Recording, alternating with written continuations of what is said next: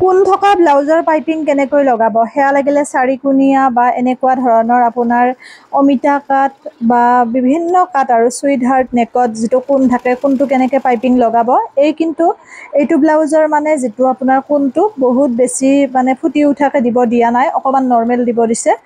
ষ্টুডেণ্টৰে হয় ব্লাউজটো। এয়া পাইপিঙৰ কাপোৰখন প্ৰথমতে মই 1.5 ইঞ্চি জোখত কাটি লৈছোঁ, মানে বহলটো 1.5 ইঞ্চি জোখত কাটি লৈছোঁ।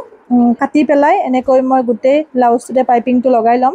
আৰু কালি কৈছিল পাইপিং লগোৱা ভিডিঅ'টোত বহুতে যে ৰুমাল ভাজত কাটিব লাগে, মই তেনেকৈ সুবিধা নাপাওঁ বা ষ্টুডেণ্টসকলেও প্ৰথমতে অকণ অসুবিধা হয় মিলাবৰ কাৰণে। নৰ্মেল ডাইৰেক্ট চিধাকৈ কাটিলেও একো অসুবিধা পোৱা নাই এতিয়ালৈকে, ষ্টুডেণ্টবোৰেও পোৱা নাই আৰু ধুনীয়া ফিনিচিঙে হৈ আহিছে, সেইটো কোনো কথা নাই। সেইবাবে মই তেনেকৈ ভাবোঁ পাইপিংটো খালি টানি টানি লগাব নালাগে, নৰ্মেলি লগাব লাগে, তেতিয়া একো প্ৰব্লেম নিদিয়ে। এইটো কোণটো দেখিছেনে, কোণটোলৈকে আহি আমি অকণমান ৰৈ দিব লাগিব।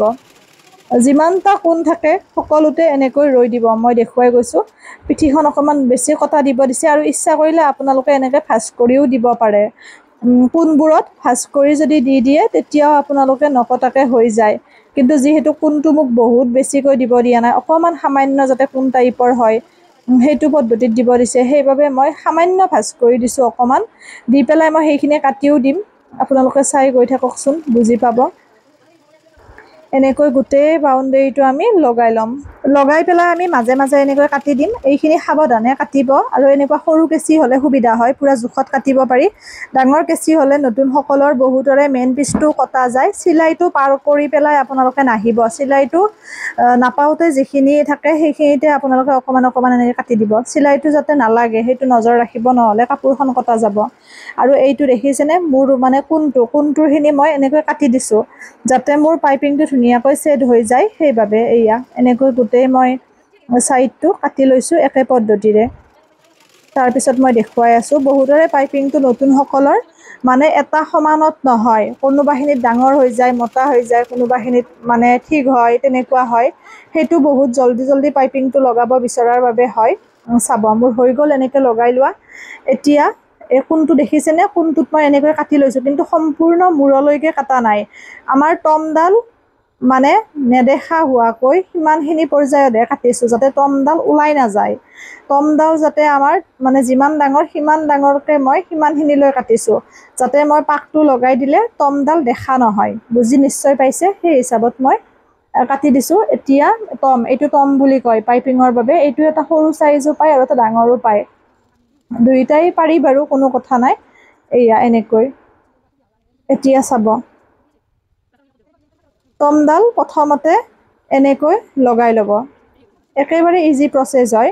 লগাই পেলাই টমডালৰ হিচাপত, টমডাল যিমান ডাঙৰ পাইপিংটো সিমান ডাঙৰ হিচাপত ৰাখিব, তাতকৈ যাতে অকণমানো ডাঙৰ নহয় সেইটো নজৰ ৰাখিব। ধুনীয়াকৈ টমডালৰ হিচাপত ৰাখি এয়া টমডালৰ হিচাপত ৰাখি পাইপিংটো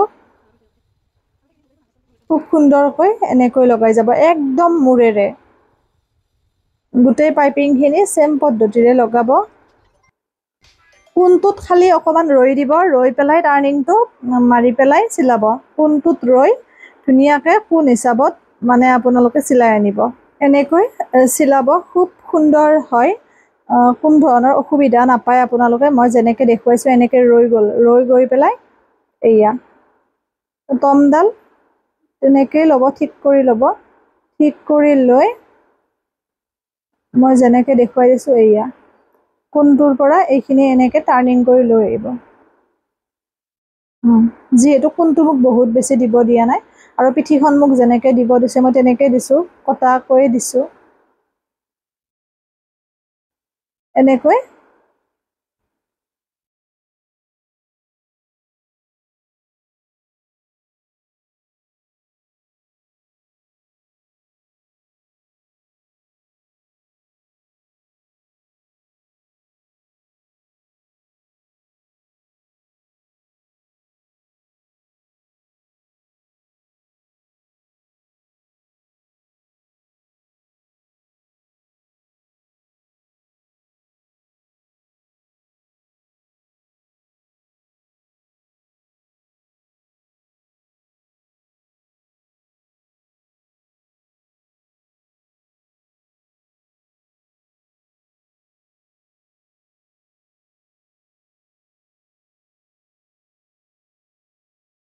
এনেকৈ লুটিয়াই পেলাই পুনৰ আপোনালোকে চিলাব। এয়া 1.5 ইঞ্চি জোখত হ'লে ধুনীয়া জোখৰ হয়।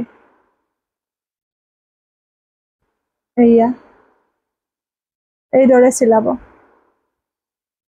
গোটেইখিনি। মই চিলোৱা হোৱাৰ পিছত দেখুৱাই আছোঁ। আৰু কেনেকুৱা কি লাগে জনাবচোন। মাজে মাজে মই পাৰ্টকৈ দি থাকিম এটা দুটা, কাৰণ অনলাইন ক্লাছ অফলাইন ক্লাছ আছে যদিও কিছুমানে যিহেতুকে নোৱাৰে অনলাইন ক্লাছত জইন হ'ব, তেওঁলোকে অন্ততঃ এনেকুৱা ভিডিঅ'খিনি চাইও উপকৃত হ'ব পাৰিব অলপ হ'লেও। কিন্তু এতিয়া ক্লাছত হ'লে গোটেইখিনি ডিটেইলছত দিয়া যায় দিয়কচোন, সেইটো কথা। এয়া এইদৰে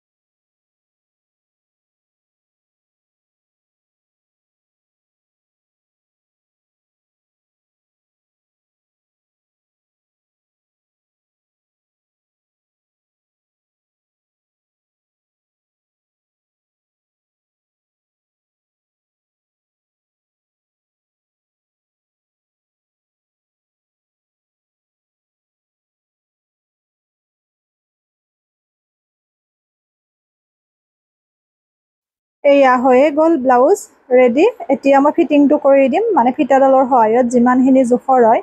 পুৰণা ব্লাউজটোত মই জোখ চোৱা নাই, কাৰণ যিহেতু সন্মুখতে আছে, গতিকে সেইমতে মই এনেকৈ জোখ লৈছোঁ বডিত, লৈ পেলাই সেইমতে মই চিলাইটো মানে ফিটিংটো কৰি দিছোঁ। চাই থাকিলে আপোনালোকে গম পাবই।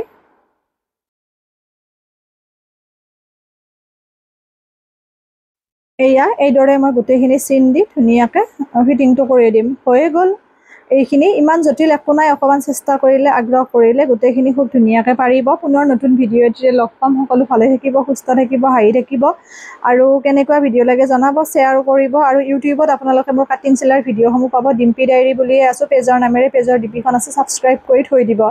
সোনকালে ইউটিউবতো 1 লাখ কৰি দিয়ক। ফেচবুকত বহুত বেছি মৰম দিছে। আপোনালোকে কেতিয়াও মোৰ ভিডিঅ'ৰ পৰা মানে অশান্তি পাব লগা নহয়, কিবা এটা শিকিব পাৰিব। মই চেষ্টা কৰি যাম, সেইটো কথা। আৰু ভুল দেখিলে আঙুলিয়াই দিব নিজৰ বুলি ভাবি, সেইখিনিও মই শুধৰণি কৰিম। এনেকৈ ফিটিংটো কৰিব চাব। ৰিজাল্টটো মই পিন্ধাইও দেখুৱাই দিম। গতিকে এৰিছোঁ, পুনৰ নতুন ভিডিঅ' এটিৰে লগ পাম। সকলো ভালে থাকিব।